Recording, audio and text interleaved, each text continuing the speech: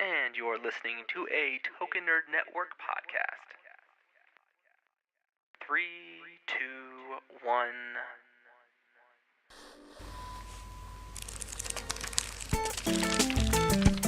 Where we ramble on about geeky things. Things ranging from Batman to pop figures to Star Wars.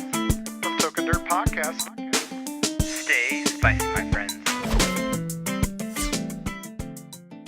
Hey everybody, welcome to Token Nerd Podcast, where we ramble on about geeky things ranging from Batman to pop figures to Star Wars. I'm Anthony Pettiford. And I'm Ben Pierce, the returning guest. The returning guest, almost a permanent fixture. All right, it's across nice to be from me. considered that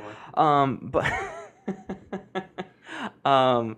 But no, so we're back. This is actually the third episode I've tried to record since we took our break, like 7 months ago when we were still living in McPherson Town in Dayton, Ohio. But we've officially moved. Hopefully this is the episode that won't be corrupted by the end of this podcast, so I can actually post it online. But yeah, so we have a couple things to talk about. Originally, I had spent my day collecting information and news articles and stuff like that from things surrounding the pop culture world, but I've just got to a point where it hit nothing was confirmed for what I was looking at. Everything was a rumor. There was a lot of James Gunn conversation. There was, what's her name, Ruby Rose from Orange is the New Black. She has been cast as Batwoman in the CW series. So she's going to show up at the mid-season finale. And that's exciting because one of our Corrupted episodes, not Lost, but Corrupted, it was, we had talked about who we thought should play that character. And I, honest to God, forgot who I said I was going to cast in my own fantasy world. But I have nothing against this actress. She's in the upcoming movie The Meg, which I really, really want to see. About the shark. Yeah, Orange is the New Black, like I had stated. And I want to say there was one other show. John Wick 2 she was in. And Pitch Perfect, Resident Evil, really? Resident Evil Triple X, The Return of Xander Cage, and then Sheep and Wolves. Looks like a direct-to-Netflix TV movie. Direct to the bargain bin. Yeah. But one of the things I do want to talk about, something that's near and dear to both of our hearts and wallets, is Pokemon Go. For those of you who don't play, get on it. It's a healthy lifestyle. It's a healthy game. You get to play around a little bit. Yeah. Meet some friends. Trade some gifts. Yeah, now we can trade gifts. Yeah. And it was a great idea to start. Okay, so for those of you who play, already know that you have to do a daily gift. You can collect gifts. You can turn that light to the side so it doesn't hit you in the face anymore. There we go. But you can send out a gift to one person. I think it's one gift a day, right? Yes. Or to one per person. Well, you can do it multiple times a day. You only get the benefit once per day, per person. Really? Yeah. Oh, I didn't know I could send multiple gifts. Okay, well. That explains why you've been slacking on the gift. Well, that, and yes, I did spend money and this is how they get you. I know, what is it, Niantic? Yeah. Niantic or something like that. The developing company, they made it so that you had so many items now that your bag was overfilling. So for a while, I couldn't do anything. I couldn't get any more gifts to give out to people and blah, blah, blah. So that was extensive, but now I finally found my happy medium of controlling that. I've been throwing away all Pokeballs except Ultra Balls. Yep. I'm at that point where I keep my Great Balls. I was panicking to get rid of my my Revives, and it was like, well, I almost have 150 Max Revives. Why do I need them? I keep Revives so that I can get rid of potions. Mm-hmm. That way it's like a two-step thing. Yeah. And whereas Max Revive only uses one item. And it's silly that I was keeping both. Yeah. But this got really technical about items and inventory keeping. But every month there is a thing called Community Day. The first Community Day consisted of a Pikachu. Yep. And that Pikachu came with an exclusive move that was only learned by the Pikachu caught during the event time schedule. And that's between 2 o'clock and 5 o'clock. Eastern Standard Time. Yes, Eastern Standard Time. And that was Surf. Were there shiny Pikachu during Yes. that? Okay. So, and there are shiny. And so the next event was Dratini. Yes. and Dratini came with a shiny form, Mhm. and it had a special move that went, and that's been the pattern from that then on out. So we finally come to this weekend, which will be the 11th and 12th. Yes, and it will be an Eevee event. Which initially, thumbs down for me. Yeah, I was not excited. I was bummed. I thought we were gonna have a Metagross or a Beldum or Yeah. Roltz or something along those lines, because I don't know about you, but I'm officially caught up now where I don't have any Pokemon that need to evolve. I mean, I have no more forms to make. I have Wailmer because I thought they were going to stick it to us for Celebi to evolve like a Wailmer or a Swablu or something like that, like they did with to get Mewtwo Magikarp. to do a Magikarp. So it's Yeah. just speculation on my part. No, I mean, I've had one. I have multiple because we lived over by the river and water type, and it rained a ton over the summer, and so they were just Wailmer everywhere. Yeah. But with that, and I had a bunch of Pineapple berries and just saved the Pineapples just for Wailmer and Magikarp, which I have yet to see a shiny Wailmer or a shiny Magikarp. I haven't seen one either. It blows my mind that I can find a red freaking Murkrow, but I can't find the original shiny Pokemon. Which I don't know how much you want to delve into this, but while I was raiding against a Registeel just to get the points and get an EX raid possibly, someone conjectured that my philosophy is that if I look at Pokemon and it's not shiny, I can leave. His conjecture was that you catch them and that counts towards like a better percentage of finding a shiny. I heard that. Well, Both of which are unsubstantiated, but like it's two different sides of the coin. Whether you keep looking and looking and looking and may never see something, or if you just keep catching and catching and catching and may never see something, it's how the game interprets like seeing versus catching. Because like if you look in your Pokédex, if you look and run, it still counts as it like you just completely missing it and it running away. So the actual equation would be the seen versus own. That would make a lot of sense. And like you just said, none of this is confirmed. This is all... Because it's all supposed to be based on random number generation. Yeah, and that's how the original game was too. Well, that's interesting. Huh. Well, I mean, I've caught every Magikarp that I've come across, so that... But, you know... I know the ones that were kind of biting me, like for a long time, Swablu, I would just look and run, run. Meditite, look and run. The Makuta or whatever the fighting one Makuhita. is. Just look and run. So, I mean, if the theory were true that the more you catch, the better chance you have, then I may have just shot myself in the foot on finding a shiny, even though it's supposed to be random number generated. That's interesting. Yeah, I mean, I hope that. I mean, because that would make sense to make your... I don't know how to say that. Because whether you see it or whether it runs away or whether you run away, you're still seeing it. So if you catch one Magikarp but look at 200 Magikarp, you've effectively seen 201 Magikarp. Whether you've run away, it's run away, or you've got it. Okay. I've never thought of it that way. Wow, we just delved into some shiny talk. But, thank you for sticking with us. Yeah, but to get back to Community Day this month, with Eevee will have his shiny form, and it'll look like a little gray version of Eevee. But the cool thing is this event will go on for 2 days, whereas the original events only went on for a day. And this is because, originally we were told, because Eevee, to have a shiny Eevee, you would have to then, because everyone wants to collect all the forms now, so you'd have to have a shiny Eevee, and then another shiny Eevee to evolve into a Vaporeon, Flareon, Jolteon, Umbreon, Espeon. Which the 3 starter ones are 33% chance. So even if the odds are supposed to be in your favor, you have to have 3 shiny for those, and then as any gambling or betting person knows, the odds are never in your favor. So you're going to try to get 3 shiny, you're going to end up with 2 Flareon and a Jolteon, and you're going to be pissed off that you don't have a Vaporeon. Yeah. So has it been confirmed? Because I was looking online and it said the nickname thing only works once. Are they reinstating that? I haven't heard that. Okay. I haven't heard whether they've changed it or not. Okay, because if so, I'm screwed because I used the nicknaming when the game first started. I think you're up to the odds on the main 3. Espeon and Umbreon is the forced way to do it. Walk at the 10K and then evolve it either during day or night. And then I guess I'm going to burst the bubble on what they're conjecturing the next two Pokemon are. Mm-hmm. Whether it's the Glaceon is supposed to be on Sunday or Saturday, and then Leafeon is going to be the opposing day Okay. for being released. I don't know whether there's going to be a naming trick or if it's going to be like, look, the first one you evolve during this 3-hour period on either day is going to be this. Mm-hmm. Because I don't know. I don't know how they're going to work it out. Okay.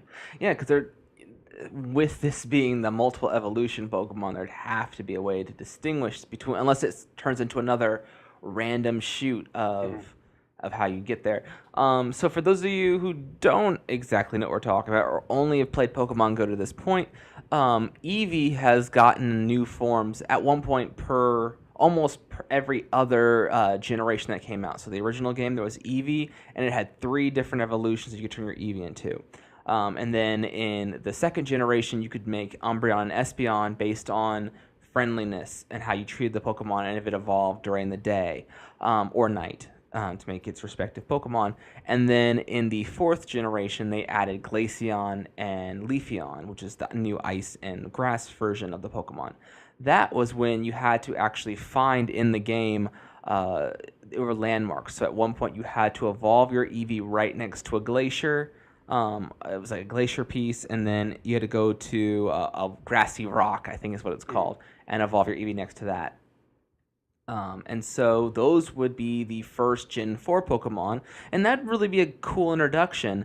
But I've also been suspecting that we were going to get to, because Generation 4 offered new evolutions for several Pokemon, like Rhydon, Magmar, Electabuzz. So I figured that would be an interesting one, because I've noticed those Pokemon have all popped up as raid Pokemon or more wild captures. That's why I've been stocking up on like Porygon, because Porygon can now go to Porygon 2, but in Generation 4 offers Porygon Z. Tangela becomes Tangela Growth. Lickitung becomes Licky Licky. I know, we just got lazy at that point. Murkrow becomes something. But there's Rhyperior, there's Electivire, and Magmortar. So they're cool evolutions. So I've been saving up my candies for the day when it finally happens.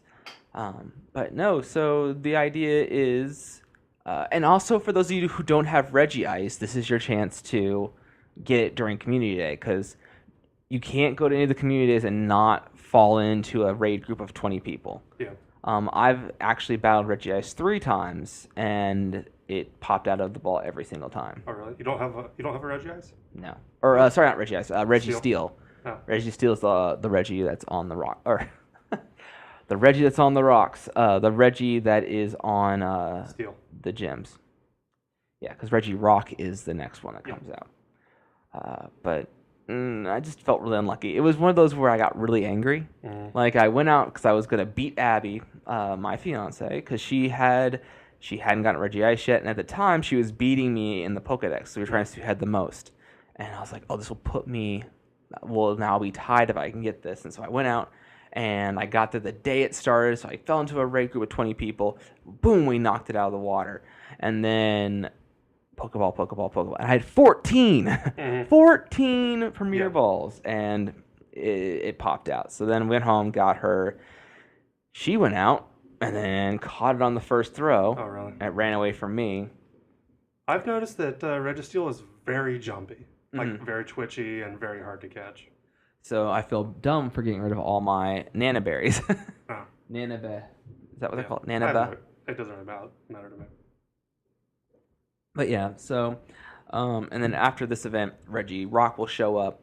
Have they announced that we're getting that Moltres? I think it's a natural extension, whether it actually happens or not. Okay.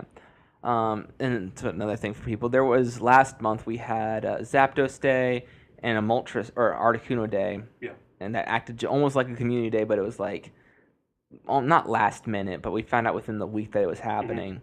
And you could get your shiny version of the legendary birds because every gym in your area turned into a raid for that Pokemon. So then, what is going to happen when we get like Yokosuka or Yokosuka in Japan is going to have their Safari event, which will unlock Moltres, and then there's an ultra bonus for having completed all the stuff Mm. through the end of that, which I either have to imagine is Celebi, or they switch out regionals or something like that, or give us Gen 4, or what really is the carrot at the end of the stick for doing Germany, Chicago, Japan, and there's some sort of carrot at the end of the stick for doing all three of those. I think that's where we get Black Rayquaza.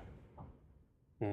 So Rayquaza might be the one because we've had Ho-Oh come back, Lugia come back, Kyogre. and Kyogre. Well, we haven't seen Groudon a second time, Yeah. and we haven't seen Rayquaza.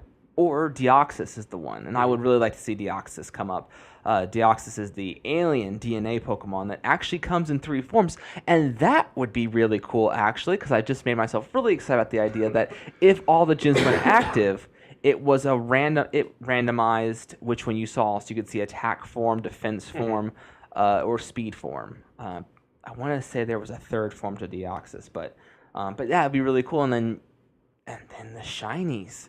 Then you have to have a shiny of each of the forms. It never ends, Ben. It never ends. And that's how they get their money. And that's how they get us. And I guess the last bit is during Community Day. Let's see, Candy is double, or no, Candy's is not doubled. Stardust is doubled. XP is doubled. And lures last 3 hours. And yeah, lures last 3 hours. So for those of you going out, make sure you are friends, best friends, or in our case, ultra friends. That was perfect. Said it in unison, yes. But be ultra friends. That way you can get an extra Premier Ball when you take on your gym. Isn't it 2 for ultra? Oh, it is 2 for ultra. Look at us. I know, and 3 for bestest friends. How which many? is a long way away. Well, now I'm gonna get jealous. How many ultra friends do you have? I think I have 5. What? 5 or 6, yeah. I just got 2. And I have, I think 3 or 4 that are a couple days away.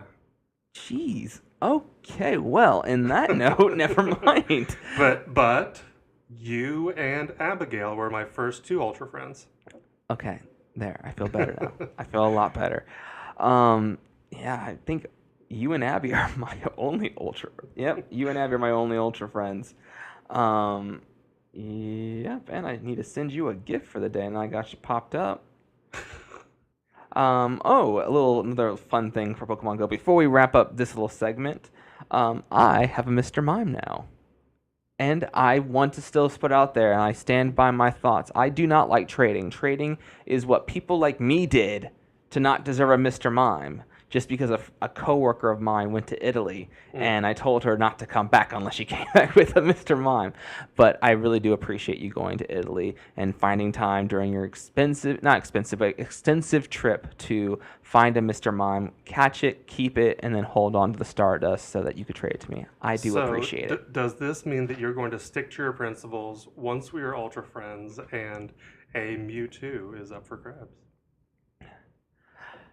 See, because Mewtwo is attainable, in theory, if you go to a gym that's notoriously known for EX raids and happen to hit the lottery, get picked, and blah, blah, blah, and actually make it to the raid on time. I was not that late. I was 3 minutes late. Yeah, but that's like it's a 90-second countdown or 120-second, whatever it is. Yeah. So that means you were a minute to a half, or I guess a minute and a half late for that lobby.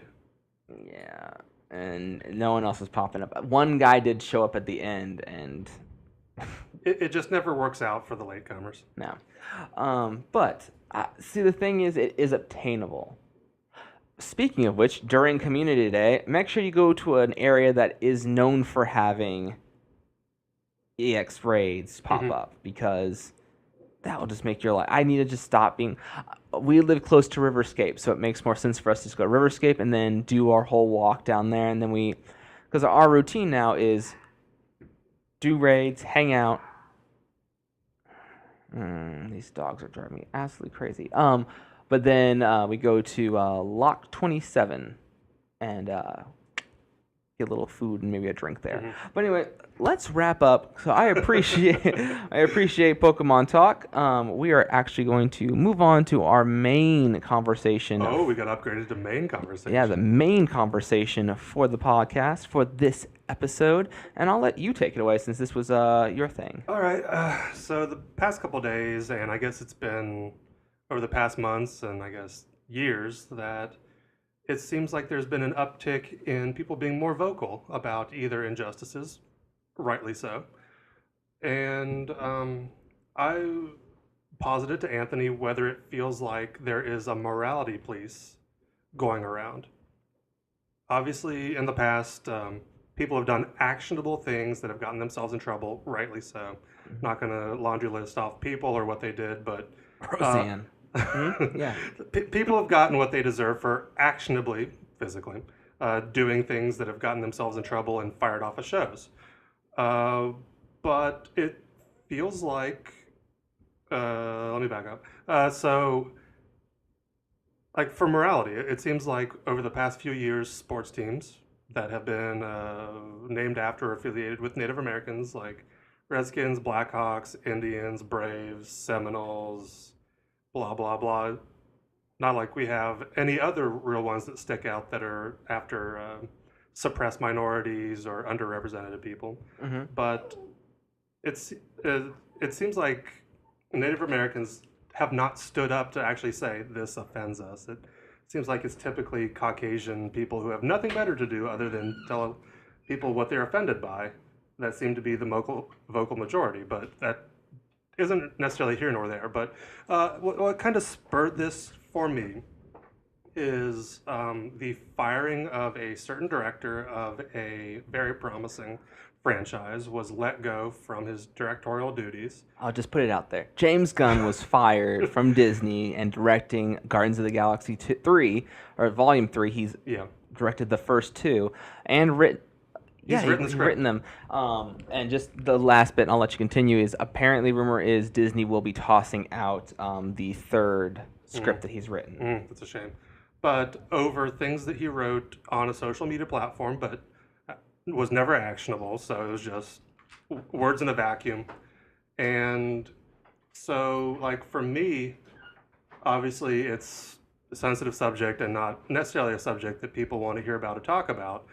But for me, it seems a tiny bit like Disney's trying to play the moral high ground, even though their heritage is very rooted in having African American people shown as black crows shucking and jiving, or with during wartime propaganda having Asian people being represented as slanty eyes and rice hats, Mickey Mouse like playing animals as instruments and winging them around, Native Americans like chanting around a fire with their quote unquote typical Indian songs and chantings, and even like Why is the red man red? Why is the red man red? But even like a decade ago, like they purposely put out like, oh, look at our legacy, like own like original things for the first time on DVD, which I own like the steel casings of like original Mickey Mouse stuff. But like nowadays you'd be like, you know, how about not? And so it seems to me a little bit hypocritical. Obviously they're in a position of power so they can do what they want with their purse strings, but for them to be like, we do not agree with what you said, James Gunn, or whatever other scenarios there are where people do not actionably do anything. And for them to be like, look, those racist things that were done in the 40s, the 50s, and whatever time period up until it became unpopular to do these things, that's in our past. We've learned from that. We're not about that. But this is kind of side conjecture, but as Edward Norton's Hulk is part of canon, and he once played a Nazi in American History X.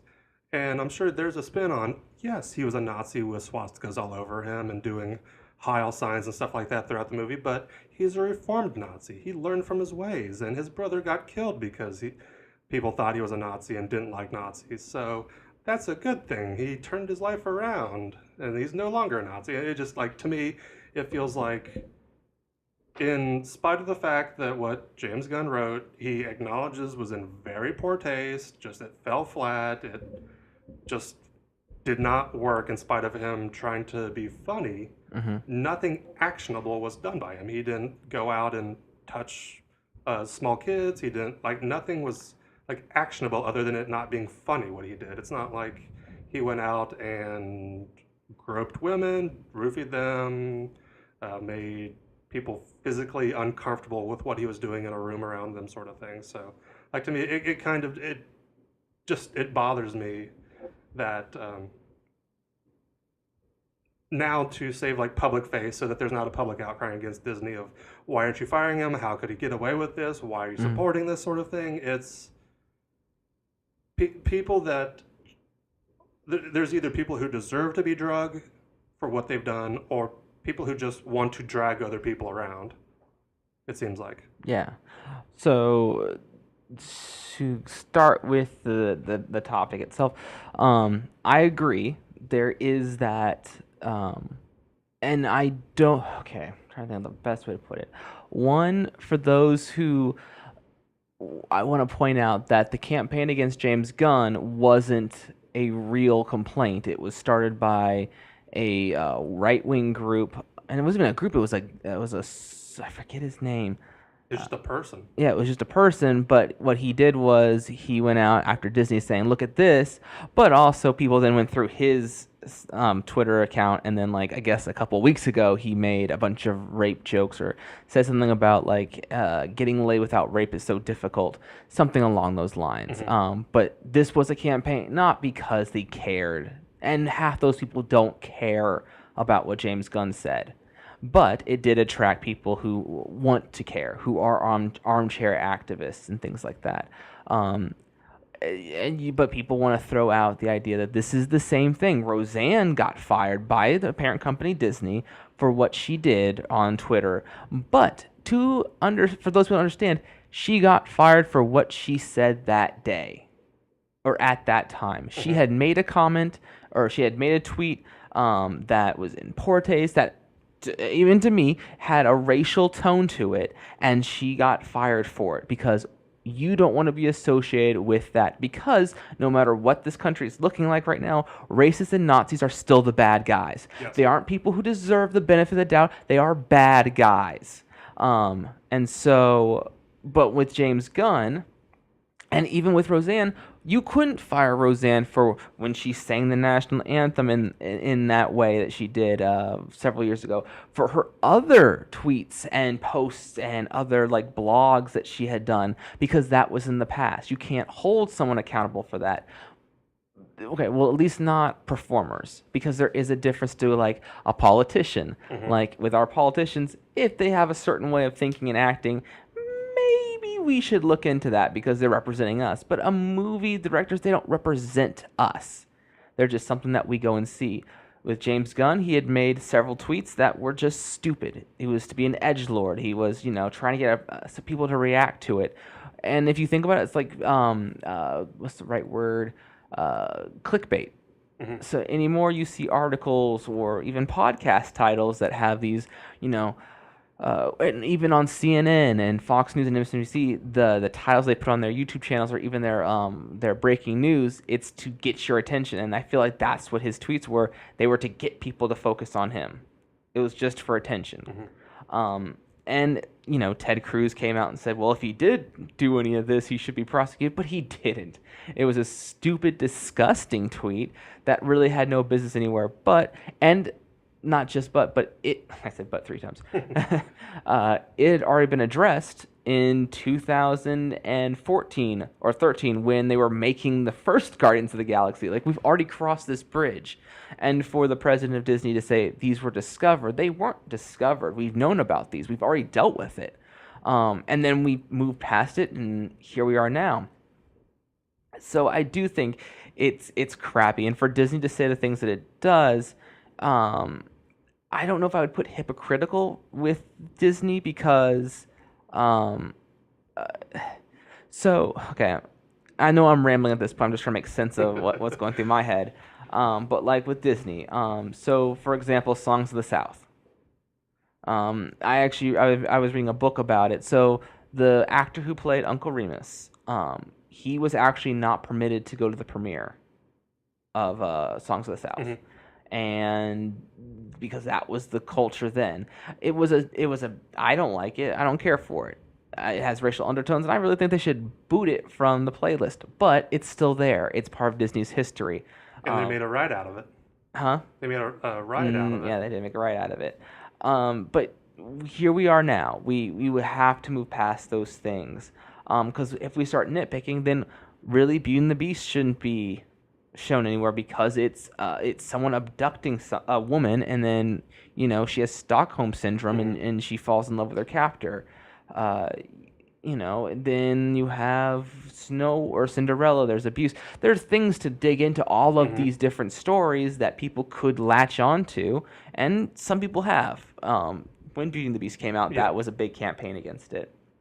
And I guess I'll let you collect some thoughts while I say something too, since it seems like you want to say something too. But now that we live in an increasingly digital age, we and those before us who had not lived in a digital age where there was no cell phone to record what we said and did, no social media platform to record what we said or did, you best believe that Walt Disney probably was very unovertly racist, misogynistic, blah, blah, blah. I'm sure this is all conjecture, but there's a bunch of urban myths that go around that he was very anti-Semitic. I'm sure John Wayne slung the N-word a couple times at some point. Jimmy Carter, I'm sure, slung it being from the South. And he's the most humanitarian person you could think of, just based on where he was. Well, one, Walt Disney was a of the times racist. So he did use the N-word. God, I don't want to use it this way. So as a description, because where he grew up, that's what you called people of color. And that was even distasteful. That's what you called African Americans. Because then it justifies the fact that people are from a certain time, in the same way that 15, 20 years from now, the rap culture could be justified in that using the N-word and referring to women as B's and H's and tricks and whatever other pejoratives that you want to say. Oh, this was just music of the time. Yeah. In the same way that the N-word was just used descriptively in its time.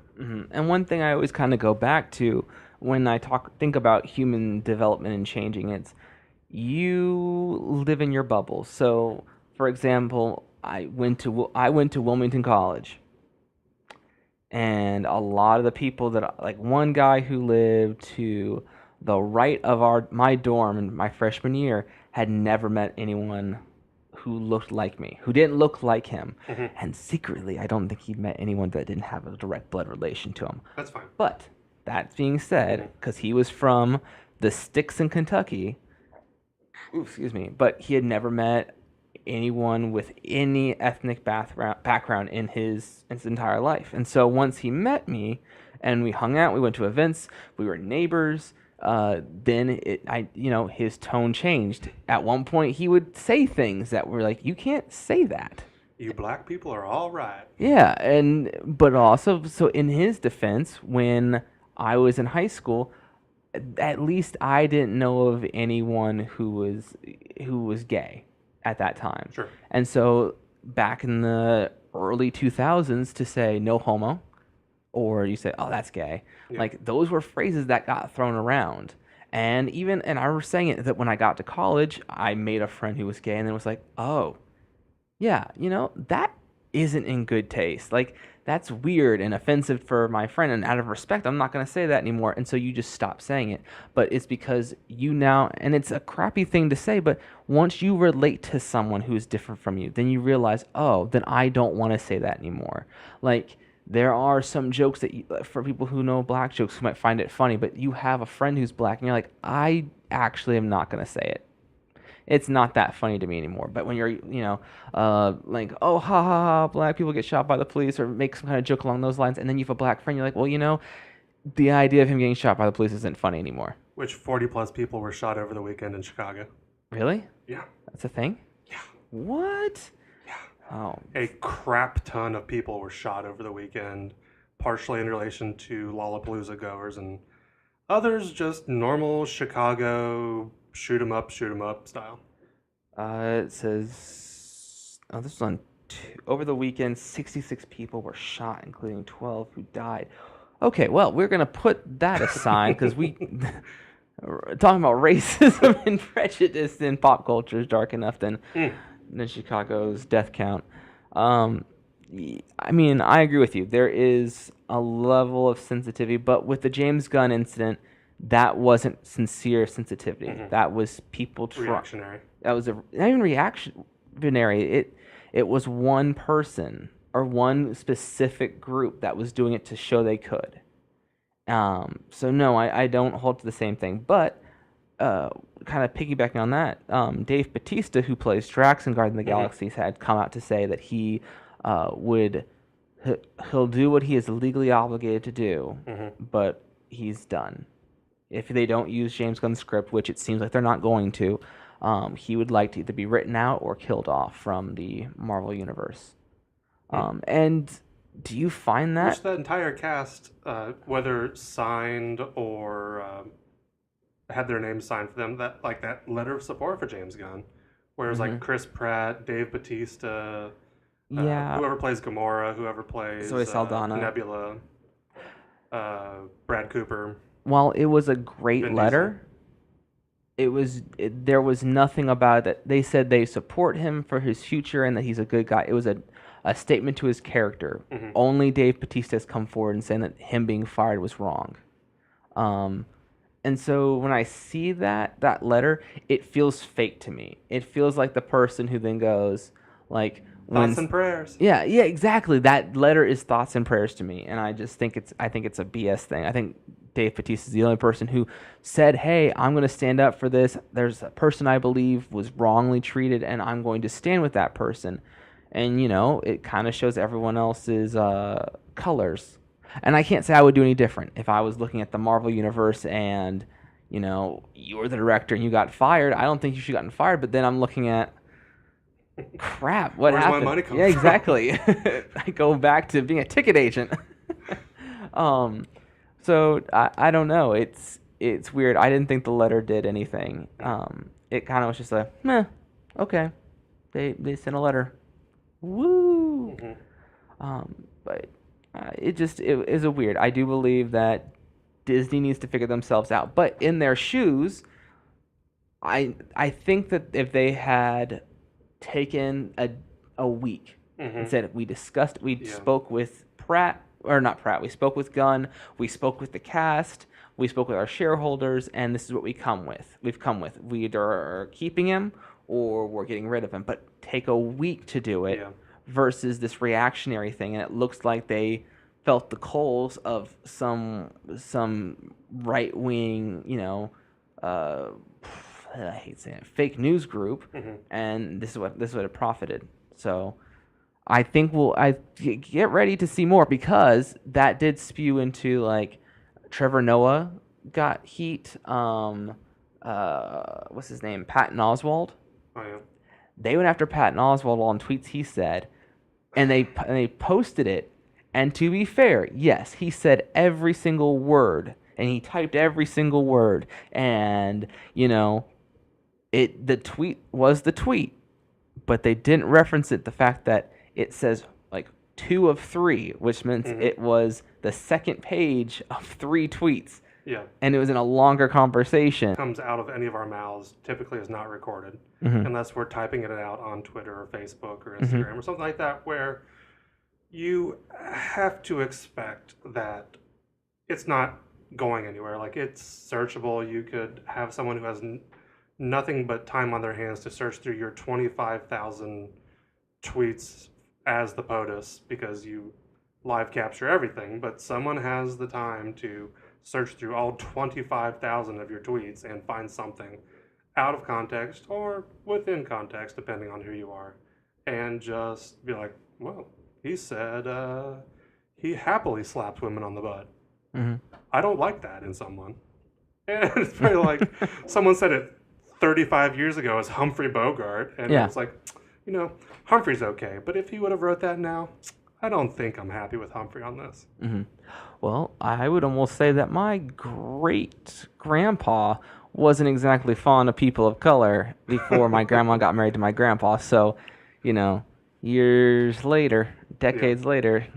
Which is part of the same side of the sword in that some things just need to go. Like, there are some idiomatic expressions that have always been either provocative or teetering the line, and some things just need to go out of favor, and others are iffy, but I don't know deserve to be raked over the coals, because if people are overreactionarily, I mean, this sounds stupid to say of who gets to be offended over what, but or sensitive or oversensitive or however you want to qualify it, but some things I think are just what people say, for lack of a better way to say things, and that's just human nature. Words come out of your mouth, and most of the time they're not great. But it is like they're not punching you in the face. They're not like taking a knife to you. The words come, the words go, and they fade away. It's not like I will argue sometimes, just saying, sometimes it doesn't just go away. I understand. It's a loose expression for the fact that if someone calls you stupid, you feel bad in the instant, and it may go away unless it's repeatedly said. Granted, it goes away. Like, I understand if someone calls you stupid, like, hey, stupid. It hurts in the moment, but whatever. It goes away. I can understand what you just said. If someone every day or every 15 minutes is rolling down their window, shaking their fist at you and saying, go home, Indian face, or something like that, and it's just, it cuts you to the core in that case. But if someone's like, hey, like, I think you're stupid, and you're like, well, okay, you're entitled to your stupid opinion, but we go on with our lives. I mean, I was walking into Speedway in, was it 2016, when the refugee, when there was a real spike in refugee hate, and I remember someone making a comment about me saying, they're even here too, and I say, excuse me, and then he called me, well, where are you from? And it was Yellow Springs. I'm not even someone who would be coming. Granted, given Yellow Springs, you probably know where that. Never mind, that's a liberal place. I would say if you're, I guess, other places, you could probably understand. Cedarville, Wilmington, Xenia, Springfield. Any place that's conservative could probably say that. But no, it's words do stick, and it's one of those things where unless you've been on the other end of it, you can only imagine what it is, and you can try to rationalize it. But when you get hit with something like it, like I've been running before, and someone just yells out for no reason and yelled out the N-word at me, it does sit with you for a while. There are some people who go, okay, I can cough it off, but there's also the fact that you didn't do anything, you didn't say anything, you were just there, and just being there was enough to trigger someone to then yell at you. Which is unacceptable. Yeah, it's unacceptable. But that kind of stuff sits with you for a long time, where it's like, where are we? If that's this person, and yeah, I get angry enough where I'm like, I want to take his license plate down, I want to go to his job, and I want to say, hey, this is what that person did. And I do. Like, I get into that, like, rage portion of culture and reaction. You're not going to, not over little things like that. Like, if you went and berated someone at a, restaurant like that guy in New York did, then yeah, then you go after people like that. But I digress. Those kind of things do stick with you after, not even after a while, but for a while. But I think we have spent a decent amount of time talking about Pokemon. We've talked about race and Disney and reaction culture And morality. and morality. So we are actually going to wind down and call this the end of our episode because we are just now hitting a little bit over 45 minutes, and we're going to try to keep our episodes under an hour. All right. Fingers crossed. Sure. So we will hopefully continue to have these kind of discussions because I think we get a lot more out of it than we do just listing off random news bits. But if next week you do find us rambling off news articles, about geeky things from Star Wars and pop figures. I'd like that opening. Anywho, I want to thank everyone for listening to this podcast. We are back. You can find me at token_nerd. Token_nerd on Twitter, Instagram, and Facebook. Ben, where can they find you at? I don't do the tweeter anymore. Oh. I just don't get anything out of it. Instagram. Go through his tweets, see what you can find. I don't even remember what I say, but it kind of petered off at the end where I wasn't saying anything. Mm-hmm. It's BTP underscore. I almost did Anthony. Underscore BTP underscore UVD on Instagram. All right. Well, as always, folks, I'm Anthony. And I'm Ben. Stay spicy, my friends.